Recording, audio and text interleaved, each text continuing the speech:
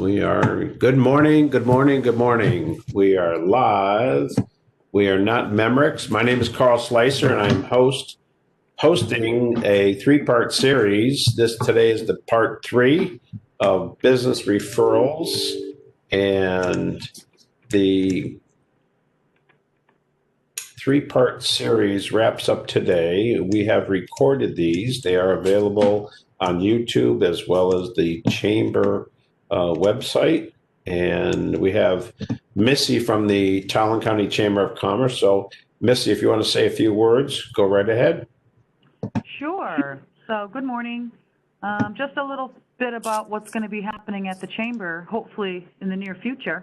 As you all know, right now we really can't have any indoor events since things are really, up in the air with COVID, unfortunately. But hopefully what we're planning for 2021, we've got a bunch of good things in the works.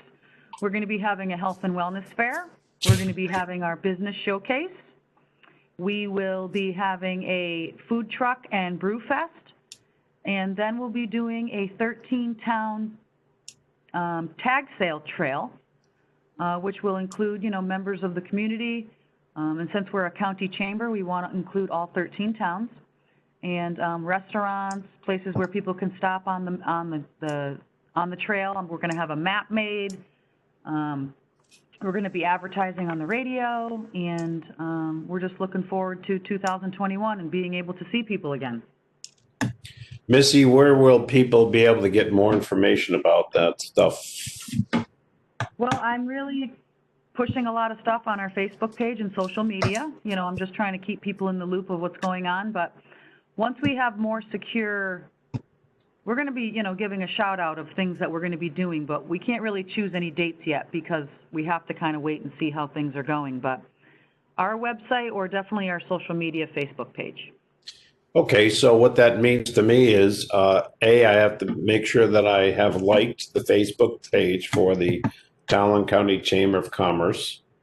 And B, another thing that I like to do as being a local business owner is I like to do the Facebook stop-ins. When you visit somebody, also leave a remark there in the location where you're at, and that also helps ways of raising identity and information. And by the way, what's going on in our community. So thank you for that, and we look forward to 2021 being a maskless environment. Hopefully, this will be a thing of the history that they'll read in the history books, and we can forget about it. I agree. Thank you. Yes. You're welcome. So we're going to kick off part 3 here this morning, and we'll do a quick recap why business referrals are lifeblood to a business and what we can do to make it more proactive as a result, as opposed to reactive. So part 1, we covered what is a business referral, how a referral can make a difference, understanding what makes a great referral. And to me, a great referral is typically a result of me making my business owner relationships more aware of what our company provides. For instance, we provide background checks. And so when you say that, you get a lot of people in the audience that kind of gloss over and like, oh, okay, yeah, that's nice. What do you do with that? So we kind of have taken tasks to educate better about what applies in background checks, and it brings things to mind when people say, oh, okay, Best Tire does drug testing, and we like to help companies that have drivers. Automobiles are insured. Drivers have to be careful. The business owner has money invested in that vehicle that's in the back. They have all kinds of value invested and trained in the employee that's driving the vehicle. So we want to make sure that the cleaner the driving record, the better everybody is, no matter if it's the passenger or the insurance company investing in it. So the drug testing helps to make sure that when you bring a person in for an application, that the employer, which has a right to see if they can pass a drug test, is aware of their surroundings in that respect. Another way to teach them is in stories that have resulted in either close calls or morals. The moral of the story is, we'll give an example of one that happened to us a year ago. The cleaning company, it's local, located here in Talon County, took a phone call from an applicant, and they did a over the phone job interview. Of course, that happens a lot today with COVID, and they were ready to hire that person on the spot. But the spouse spoke to her partner, and he decided that he still wanted to do the background check as he had been doing all along. And she wanted to hire him, and the husband said, well, go ahead and hire him. I'm still going to do the background check. So they did. And the two-part story to this sneaker drop is the background check comes back, and the background is really not a good fit for this business. When you're sending people into somebody's home, you don't want risking things to be stolen and bad reputations to be developed. So with this person's background, again, you're allowed to do this by law. They decided they were going to pass on this person, and they did not hire him. There was other things like larcenies and bad driving habits. About 2 weeks after this background check was completed and they had passed on the applicant, my client calls me up and says, you won't believe what happened on the news. Channel 3 or Channel 8, one of the news bureaus had an article on where this applicant and his partner were taken out at gunpoint by a SWAT team in Torrington, Connecticut. And the reason why is because they were suspected to have been behind a number of armed robberies in the Hartford County area.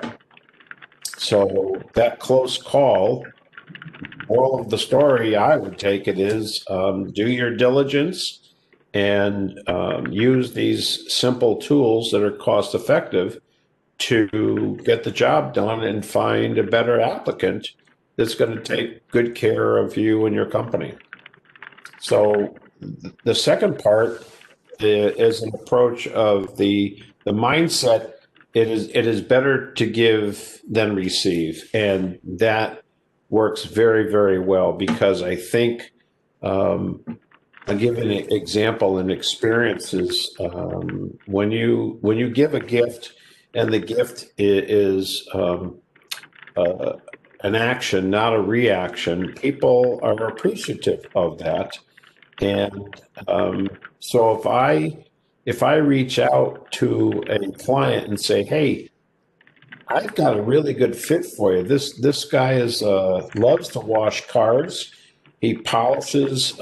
He's top notch when it comes to polishing, and I have used him myself over the years, and he just loves to do a fantastic job making that car shine. And I want to make him known, available to you, that he's looking for work. And this person owns a company that does, let's say, a place like Ken Kaplan, who restores motorcycles, and he's always looking for people that can polish the final product. And if you've ever been around Ken, you know he's very, very meticulous in his details, and he puts out an incredible product when he's done with it. So that for Ken would be a gift, in which, you know, we kept him in mind, and we know that he's always looking for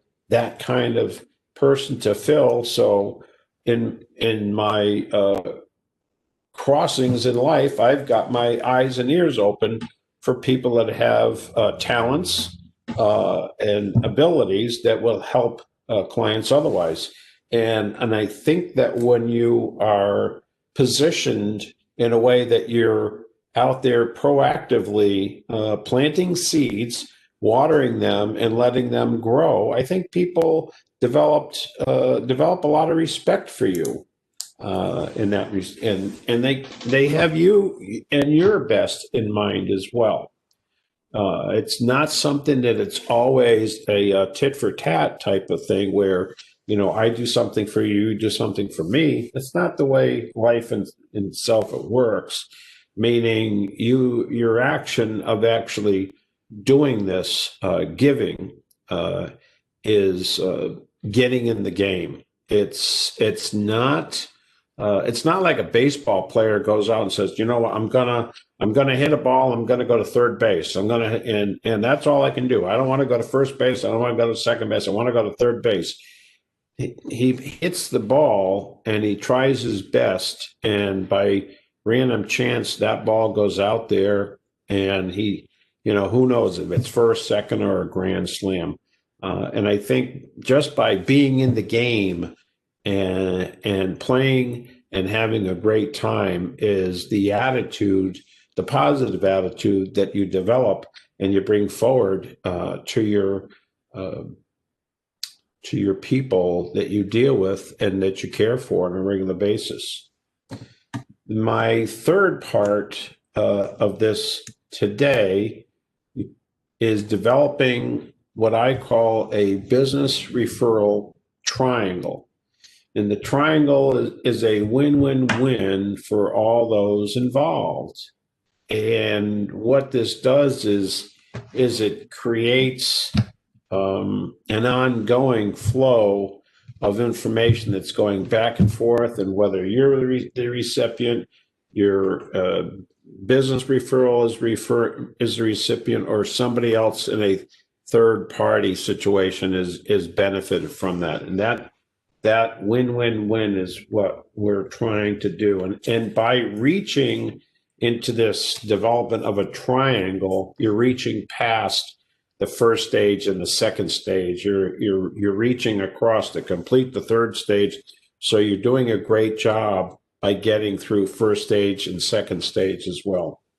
And what I have done here is I've included, let me pop this out of the picture here. I've included 10, I reviewed 10 systems recently, and these systems are taken in part from a program where a very well-known speaker consultant charges quite a bit of money to teach this course. Some of the people have been known. This person will charge $5,000 for one day in attendance to sit through a 7-hour program to develop this understanding of the concept. So let me cover these and give you some examples, and hopefully this will help generate some things along the way here as we move along. The first one is a 5-star hotel, and these are real life triangle systems. The 5-star hotel, who does a fantastic job at their hotel, awards referrals back to them by an accumulation of, let's say that you referred somebody 5 times. And the gift for the 5th time is a free weekend in the presidential suite. That act goes from you that had the experience at the hotel. You tell your friends or family about the great experience. They refer, you refer, or they act on that referral. The referral is accounted for by the hotel, and whether the third party pulls the trigger and goes or not, it is up to the hotel. They're more interested in the action of the referrals than the actual booking at this point, because they're looking to develop more and more relationships. And then the act is that the presidential suite, which is obviously top notch, top floor, very expensive, comes along with all kinds of things. If you think about the Richard Gere in Pretty Woman, they were living in the presidential suite, and there was an exclusive elevator, and there was a garçon at the front that took care of every one of their needs. There was people at the front desk. There was people that took care of food and luggage and so forth and so on. It was just no expenses were spared in this process. So this presidential suite is just sought after, and some of us can afford it and some of us can't.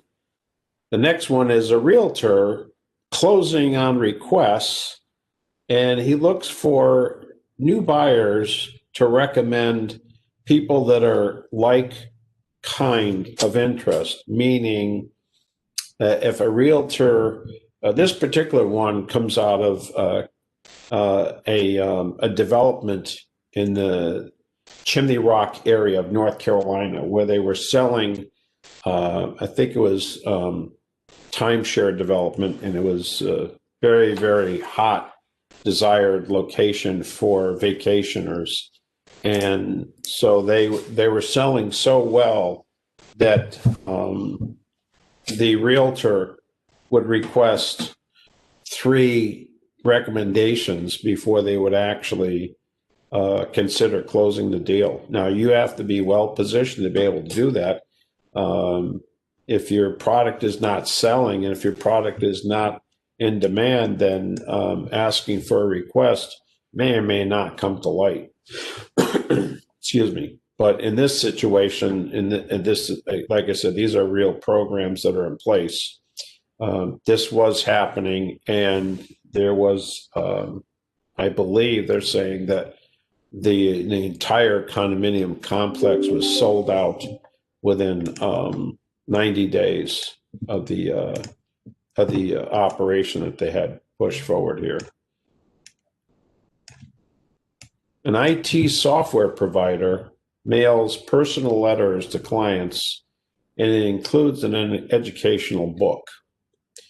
And that educational book would basically apply, it would be the type of education that you or I would be aware of interest, that we have an interest. So if we're in business, the book might be about a great speaker in the speaker industry, such as Alan Weiss, that I follow. Alan is a fantastic speaker.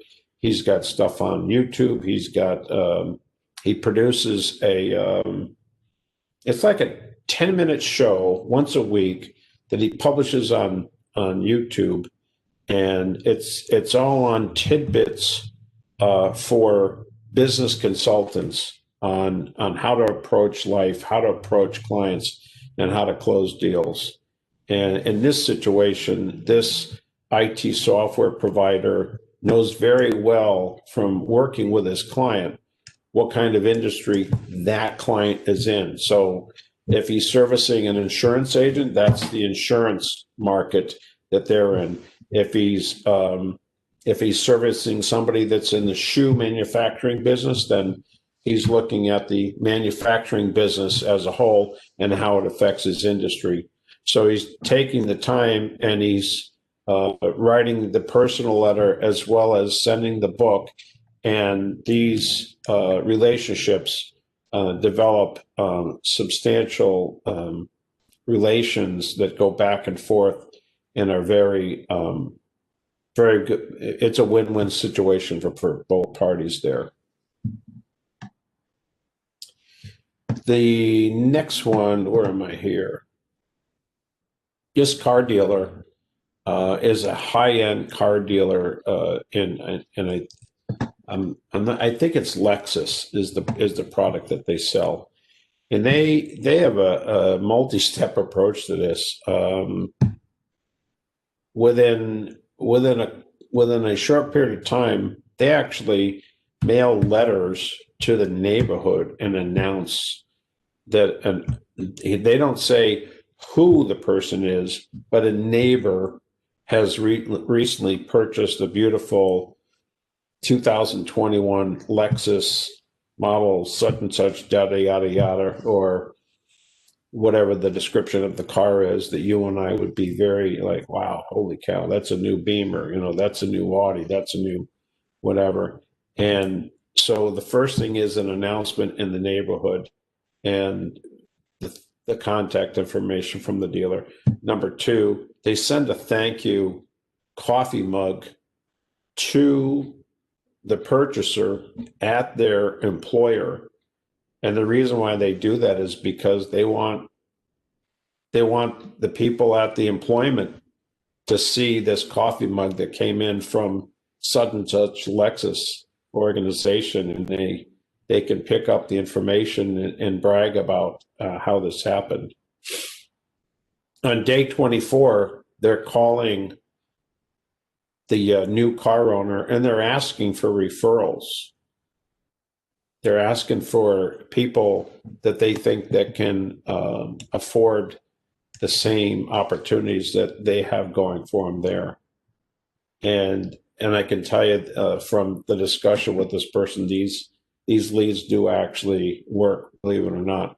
And one of the last things that they do for their community is they'll host an art gallery benefit at the car dealership. And it'll be for like a hospice such as ECHN, or it'll be for like a Hockenham Valley, or maybe it'll benefit a food share, but it's going to be for the local community. And people are invited in during this particular time where the dealership is closed to the public and the art is on display, and the proceeds benefit the local a nonprofit. And they get tons of referrals back on this aspect. A property manager asks residents for referrals for applicants in their complex. And this works very well for them because the people that they're asking for the referrals from, the renters, already have an established relationship with the complex on what a great renter they are. And so the property manager is in a good position to make this offer to them, and the $100 benefit is credited to their rent.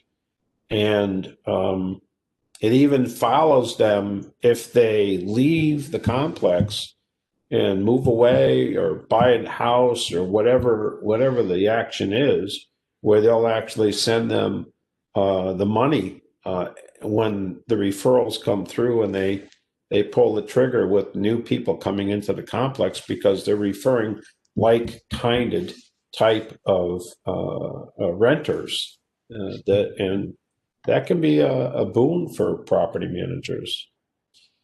A life insurance agent meets one-on-one with a business client to learn how to better his business. And you see that a lot right now taking place with Zoom calls. I can tell you that when I get done in the month of November, I'm probably going to have experienced at least 15 webinar calls this month where I went one-on-one on learning better about an individual's business, a person's business, what that business does, how they do it, and break it down to the core of how successful they are. And then I can start asking better questions about what is not only what is a good client for you, but what is a profitable client? Because there's plenty of clients out there. I used to belong to a BNI, and BNI is always pushing the leads. You got to pass leads amongst each other, get in the habit. And I had a hard time in the beginning because I didn't know everybody in the group, and I had a hard time referring people that I did not know. I have to like them before I can love them, and before I can be comfortable referring them, I do want to have experiences that I've convinced myself that even if I'm not using that product today, would I use that product in the future? So this helps us stay on foot by doing the interviews. And when you reach out and do the scheduling, you're forcing yourself to complete your calendar. You're forcing yourself to go one-on-one and have a speaking experience, and you get better in the interview the more that you do. I can tell you that from speaking in Toastmasters for about 6 years. Excuse me.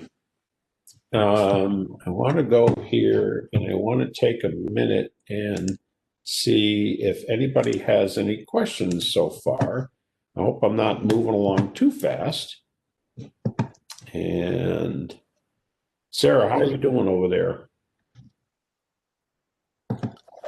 Oh, there we go. I'm doing great. I think this is very informational. I don't have any questions right now, but I like listening to all the examples because I'm a very example-based person. Have you had any experiences where these have worked for you? I mean, I've had a lot of one-on-ones recently, just because with everything going on, and things like that, it's been hard unless it is virtual. And I know a lot of things have been going on, so I've been attending more and more groups, and that leads to one-on-ones, and then that even leads to referrals for me. And I'm still trying to get referrals to other people as well. So I think they've helped quite a lot, actually. So yeah, I would always encourage one-on-ones, and because that's where you just meet many people, and you never know who they know. So you could ask for one thing, and then they give you a list of 3. Very good, very good. Well, you're right, and it's all goes back to practice makes perfect in that respect. I'm glad that I'm glad to hear that you're actually putting your toe out there in the water for that experience, because it is speaking in public is probably one of the biggest fears. I think if you look up, top 10 fears in life, speaking in public is probably up there in the single digits. And so definitely. I can tell you that the action of asking for the referral is also an art in itself, because my dad used to say when he was in church looking to help for the next year's budget, it would be easy to ask somebody to help with the church funds because he's asking for somebody else. But when it comes to asking for ourselves, it can be uncomfortable, and I think part of that is learned by 2 things, particularly. Number one, by rote asking over and over and over. Tell me about your business. Tell me what you like about your business. Tell me what you love about your business, and then tell me what's the most profitable client that you can have. And now you've got a relaxed conversation going along, and perhaps that person is now going to feed back into you and say, well, Sarah, what's a good client for you? What's a great client for you? And what's the most profitable client for you? And hopefully they'll be able to interact in that part. The other part of this also is when to ask for the referral. And my gut reaction is when the client is happiest. That's when I love to ask for referral. And when I ask them for a referral, again, we make sure that we educate them well enough to know, what it is that we're looking for. We don't need, a company with 10,000 employees. A company with 30 employees is fine. People that drive vehicles is fine. Somebody that needs driving records or drug testing, that's fine. But the other thing that I love to emphasize is when you've done a great job for a client and you're reviewing the work that you've done for them, and then you tell them, and this is very truth, is I love working with your type of person where you're it's a great industry that you're in. It's providing public. Let's take a restaurant. People need to eat. Supermarkets. People need to eat. Nonprofits. There's a lot of people out there that are having a tough time getting by, and I think, my Lord, that there are people out there that are willing to take that on every single day. So I appreciate the work that they're doing. And at the same time, we like the symbiosis relationship, and therefore we just love working with people that are similar alike to what you are and what you stand for. And I think that increases the connection with the person in that respect. Lynn, what do you think about that one? Lynn, you got to unmute there for a sec. Oh my God. Okay. Can you hear me now? Rock and roll. Okay. It's definitely easier to ask for a referral when you're in a moment speaking with a client, talking about a situation that perhaps you fixed for them, a problem they had, or spent some extra time with them, training them in one way or educating them. And when they mention their appreciation, that's a really good time to thank them and tell them how much we appreciate their business. And if they know of anyone that are looking for similar needs or someone that they can trust in the employment background business, we'd love to receive any referrals of anyone that you would recommend. It seems a lot easier than just doing it cold. It's nicer to have a reason to transition into the request. And we found it works very well, both Carl and I. And the more you do it, you don't even really think twice about it after a while. It just comes naturally. In the restaurant and banquet business that you have great experience in, can you give me an example of where that worked for you and how that affected your business? Oh, sure. When the large portion of my business was weddings and corporate, and so, with weddings, there's a lot of other variables involved other than the catering and the food aspect. You're kind of tying it all together for the client. At least that's what I did, providing full service. So if they had an issue with a vendor that wasn't even related to our business, like a DJ, or not returning calls, or someone not providing the service, I would, go above and beyond and call the vendor for them. I'd give them recommendations for other vendors. There would be perhaps a problem, and I would take the time to work with them to solve that problem and and offer them other viable options. And they really appreciated that. And you're doing it. I do it because I love my clients and I want to give them, 100%. But I know also that they're going to tell their friends and their family, which they do all the time, about our venue, our facility. And I would say at least 80% of our weddings were from referrals, other referrals, or people that attended the event and loved it and decided to call us.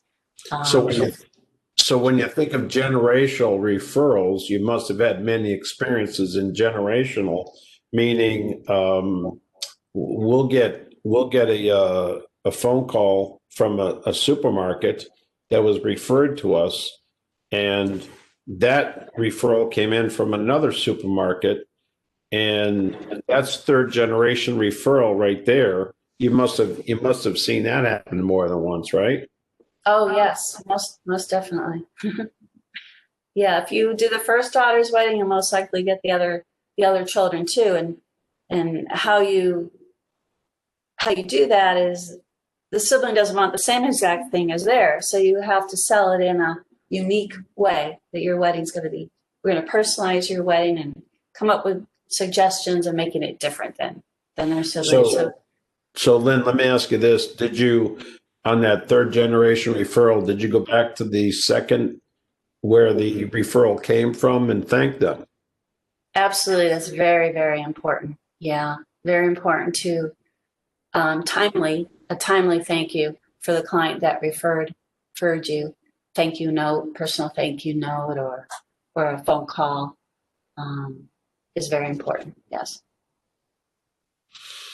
Good points. Good points. Missy, I don't mean to leave you out there. I know you're probably busy in your office over there. Did you have any questions, comments, or observations in this field? You got to unmute there if you're there.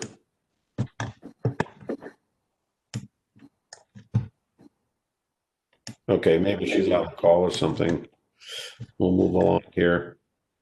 Sarah, I have a suggestion for you that worked well for me at the country clubs that I ran. I would have a corporate, I met with a corporate client. I've left the meeting.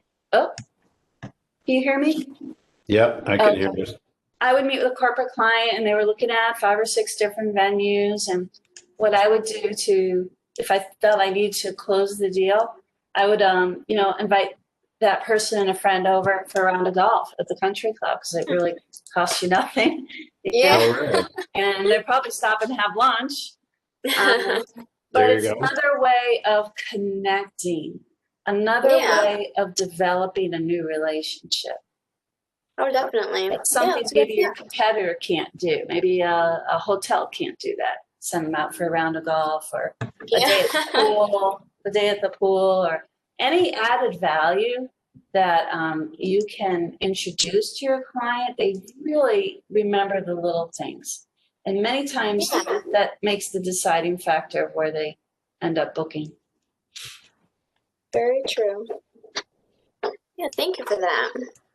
And the other thing is I wanted to bring up, Lynn, is when you get a third generation referral, how much did that cost you for marketing? Nothing.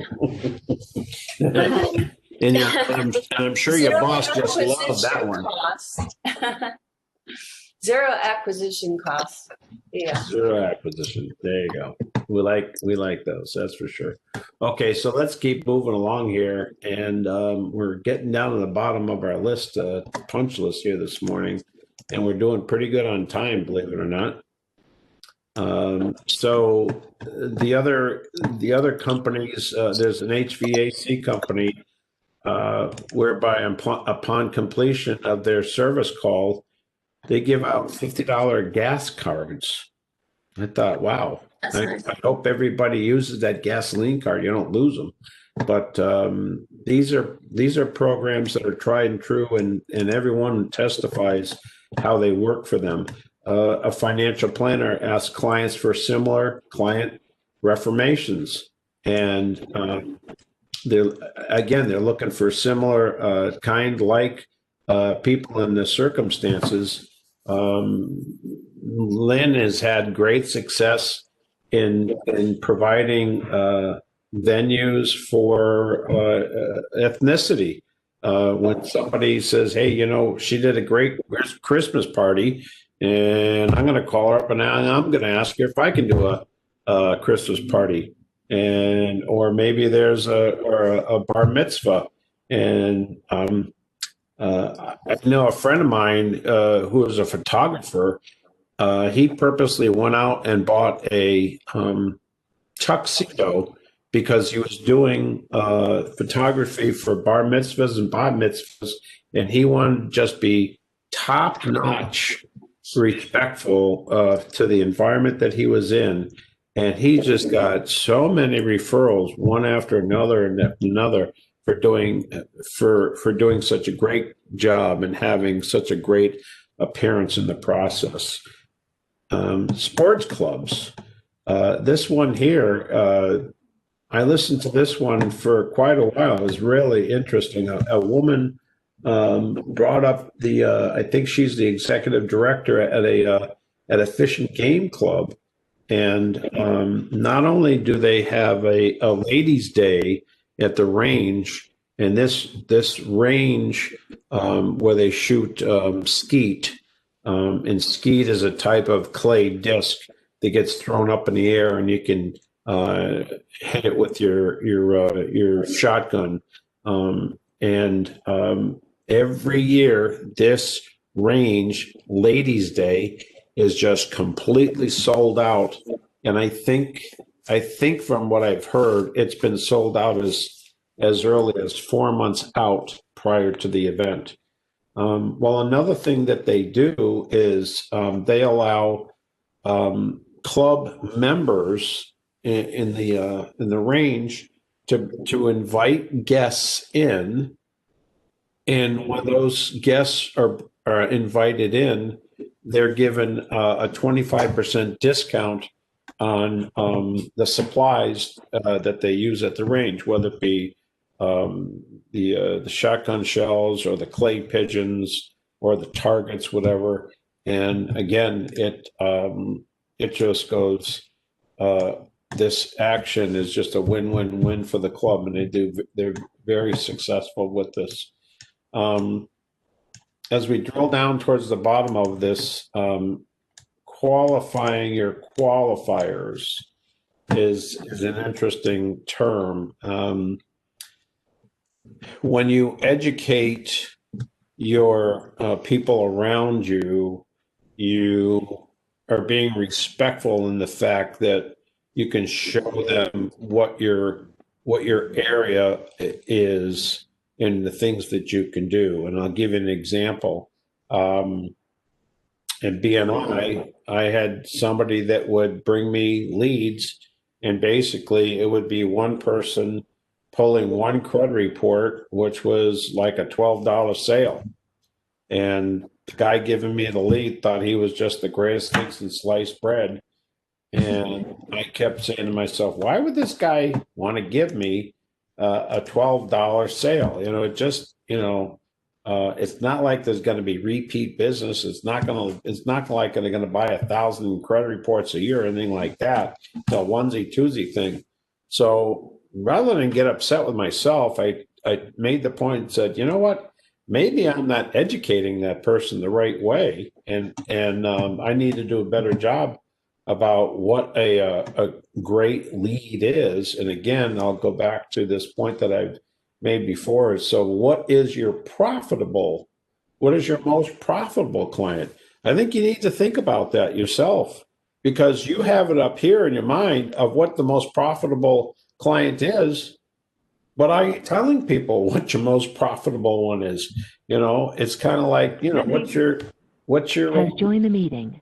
What's your biggest, your biggest thrill? Well, yeah, he or she is a baseball fan, but if you don't tell people that you would love to go see the Red Sox, you would love to go see the Yankees, the last thing you want to do is be a Yankees fan and have somebody go get you, World Series tickets to the Mets. The New York Mets are like, yeah, okay, that's great. Thank you very much. All right. I love baseball, but I can't stand the Mets, right? It's not their fault. It was the fact that we did a so-so job of educating them in the process of what makes a good client, what makes a great client, what's a good referral and a great referral. So I'm going to wrap up the day here. And I do want to emphasize again that these three organizations that I have been mentioning through the series, Food Share, please keep them in mind, because they're not able to do the same work that they have done in the past years with fundraising because of the COVID effect But when you realize that they're handing out 3,000 turkeys, and those 3,000 turkeys are necessary to the families receiving them, and of course we got Hockham Valley Community Council, who does a fantastic job in both feeding people with their newer facility, where it's so nice over there as compared to where they used to be. So now their clients come in and they can actually walk through, and this building is set up and actually resembles that of a supermarket. So you take your cart, you go up and down the aisles, and you pick out things that you need, and you go, I need this, I need that, and blah blah blah. You put in the carriage, and off you go. And it's very respectful for the people that are coming in. And then the other opportunity is Manchester Road Race. Manchester Road Race. They're doing virtual, but again, they're not hitting the numbers as they would do year to year to year, and they do a tremendous amount of gifting in our community here. So I just wanted you to keep them in mind and count your blessings as we get closer here to Thanksgiving. Of course, people need to eat every day, so it's not just a one-time event. It's a year-round effectiveness. And that being said, thank you very much for being here today. We appreciate your attending and listening, and we hope that you can take these suggestions and move forward. And if you want to contact me directly at Best Hire, anytime that you want to give a call or an email, please do so. If I'm not in, Lynn is here, and we're more than happy to talk to you and develop some new relationships. So everybody have a great day, a great weekend, and I hope you have a nice Thanksgiving around the corner here. Thank you. Thank you, Carl. You as well. Thank you, Carl. You're welcome. Thank you all for Thank you. Missy. Has left the meeting.